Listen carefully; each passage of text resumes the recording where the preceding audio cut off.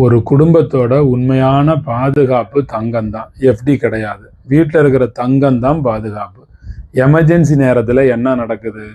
எஃப்டியை break பண்ணுறதுக்கு பேங்குக்கு போகணும், ஃபார்ம் ஃபில் பண்ணணும், 2-3 நாளைக்கு நீங்கள் காத்துக்கிட்டு இருக்கணும். இது தேவையா?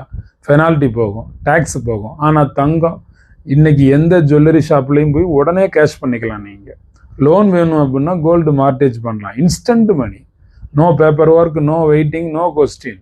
உண்மையான லிக்யூரிட்டி கோல்டு தான். பாட்டி காலத்தில் ஒரு வார்த்தை சொல்லுவாங்க, வீட்டில் தங்கம் இருந்தால் எந்த கஷ்டமும் இல்லை அப்படின்னு. அவங்க சொன்னதில் எந்த தப்பும் கிடையாது. அவங்களுடைய எக்ஸ்பீரியன்ஸு பேசுது பாருங்க. எஃப்டிங்கிறது சர்டிஃபிகேட், ஒரு காகிதம். ஆனால் கோல்டுங்கிறது ரியல் அசெட், நம்ம கையில் இருக்கும். கிரைசிஸ் அப்படிங்கிறது அந்த நேரங்களில் காகிதம் உதவாது, தங்கம் மட்டும்தான் உதவி செய்யும். குபேர யோக பயிற்சியில் கலந்துக்கங்க. உங்கள் குடும்பத்தினுடைய உண்மையான ஃபினான்சியல் செக்யூரிட்டி என்ன, எப்படி நீங்கள் செக்யூர் பண்ணுறதுன்னு உங்களுக்கு சொல்லித்தரேன். தங்கம் பற்றி தகவலுக்கு கேப்ஷனில் நம்பர் இருக்கு.